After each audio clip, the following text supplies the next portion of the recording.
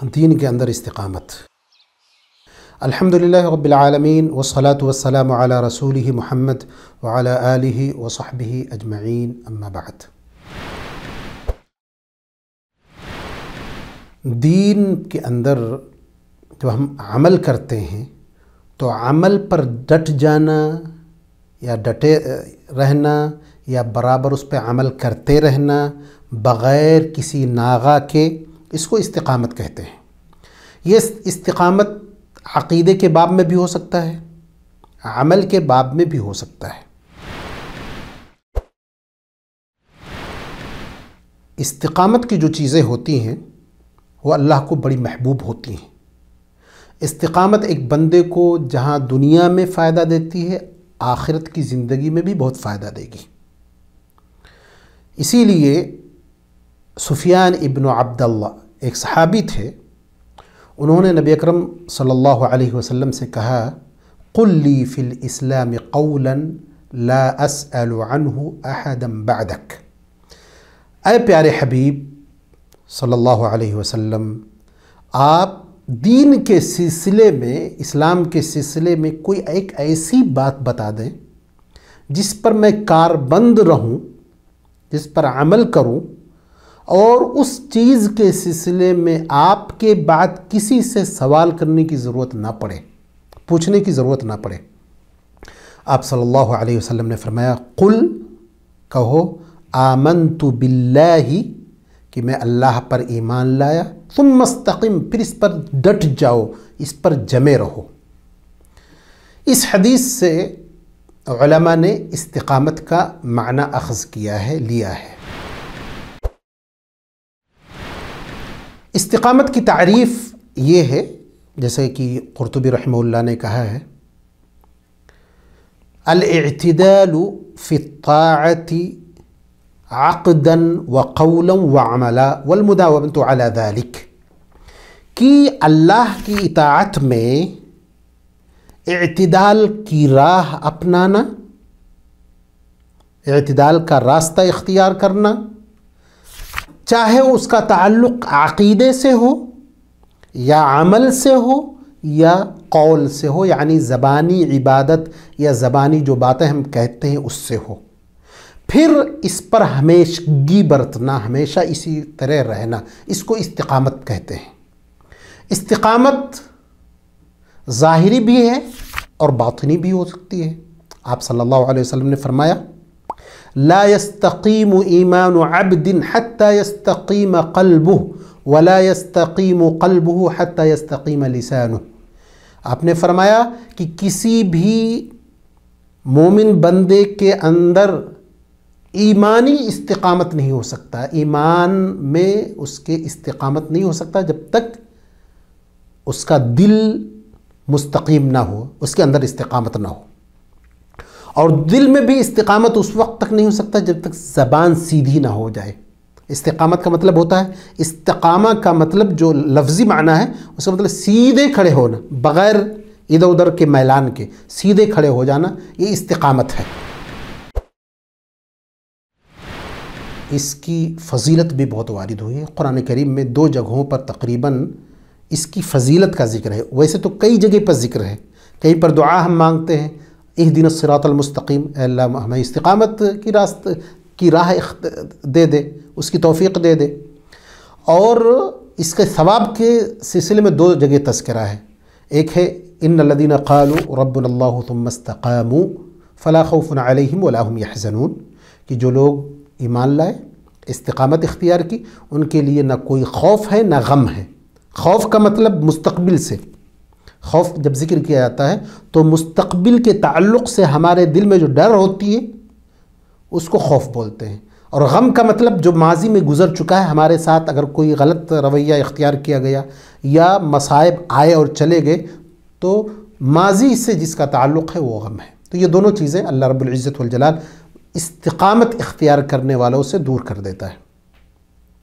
دوسری جگہ فرمایا گیا، ان الذین قالوا ربنا اللہ ثم استقاموا تتنزل علیہم الملائکۃ الا تخافوا ولا تحزنوا وابشروا بالجنۃ التي کنتم توعدون۔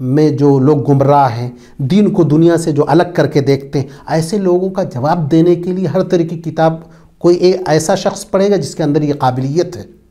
ورنہ اچھے ذی علم لوگ جب کسی کتاب کو پڑھتے ہیں تو اس کتاب سے ضرور کچھ نہ کچھ متاثر ہو جاتے ہیں.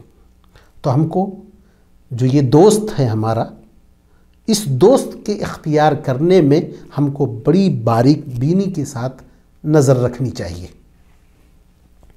اسی طرح قرآن کی تلاوت یہ ثابت قدمی کے لیے بڑی اچھی چیز ہے. اللہ تبارک و تعالیٰ نے اس کے نزول کا جو مقصد بتلایا، لِنُثَبِّتَ بِهِ فُؤَادَكَ، اے نبی تاکہ آپ کے دل کو ہم جما دیں، استقامت پر کر دیں، اس کو مضبوطی عطا کریں. یہ قرآن کے نزول کا مقصد ہے. تو قرآن سے زیادہ شغف رکھیں.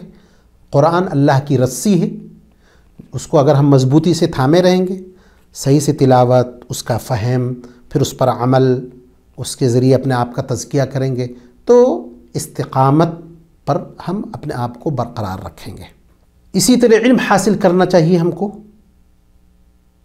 اور اللہ سے دعا کرنی چاہیے کہ اللہ ہمیں ہر موقع پر استقامت عطا فرما. اب ایک اور چیز کہ استقامت تو ویسے ایک مومن بندے، ایک مسلم بندے کی پوری زندگی میں اس کی ضرورت ہے، لیکن کچھ خاص مواقع ہیں جہاں پر استقامت ظاہر ہوتی ہے، جہاں پر ہمیں استقامت زیادہ سے زیادہ اپنانا ہے اور اس کا اظہار کرنا ہے. اس میں پہلی چیز ہے موت کے وقت، کہ موت کے وقت استقامت کی ضرورت ہوتی ہے.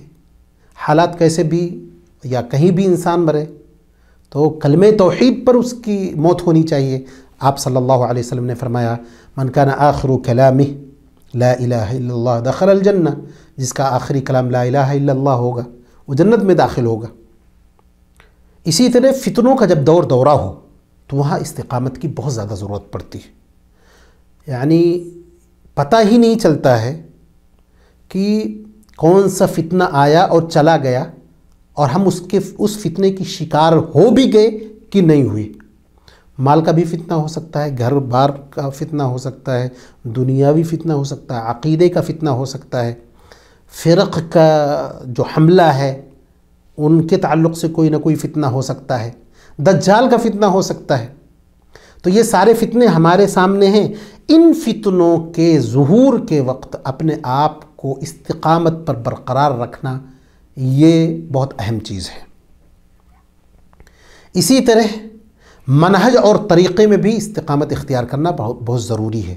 ہمارا منہج سلف کا منہج ہے، وہی منہج ہے، وہی طریقہ ہے جو صحابہ کرام رضوان اللہ علیہم اجمعین کے عمل میں تھا. جو ان کا طریقہ تھا وہ ہمارا طریقہ ہے.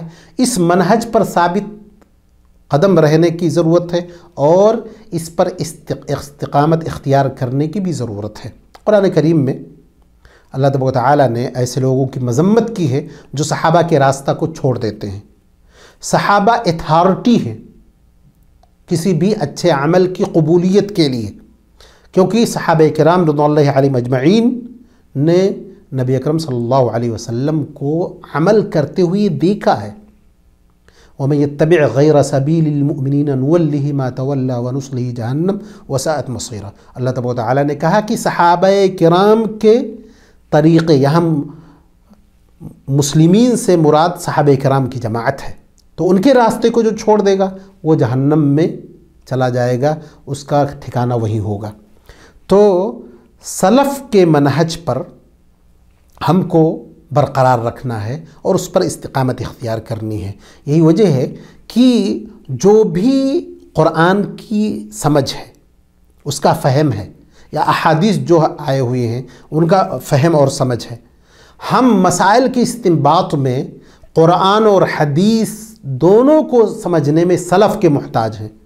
سلف نے جو بات سمجھی ہے، جو احکامات مستنبط کیے ہیں، اسی پر ہم کو برقرار رہنا ہے. اپنی طرف سے دین میں کوئی نئی بات نہیں کہنی ہے. وہ اگر ہم کوئی نئی بات کرتے ہیں تو یہ استقامت کے خلاف بات ہے. تو خلاصہ کلام اس درس میں یہ ہوا کہ ہم کو اپنی پوری زندگی استقامت کی راہ پر چلنا ہے، اس کی بڑی اہمیت ہے، خصوصی طور پر موت کے وقت منہج سلف پر قائم رہتے ہوئے، اسی طرح فتنوں کے دور میں ہمیں استقامت اختیار کرنی ہے، ہمارے اوپر اور زیادہ لازم ہو جاتا ہے۔ اللہ رب العزت والجلال سے دعا ہے کہ اللہ ہمیں استقامت پر قائم اور دائم رکھے، آمین۔ وآخر دعوانا الحمد للہ رب العالمین۔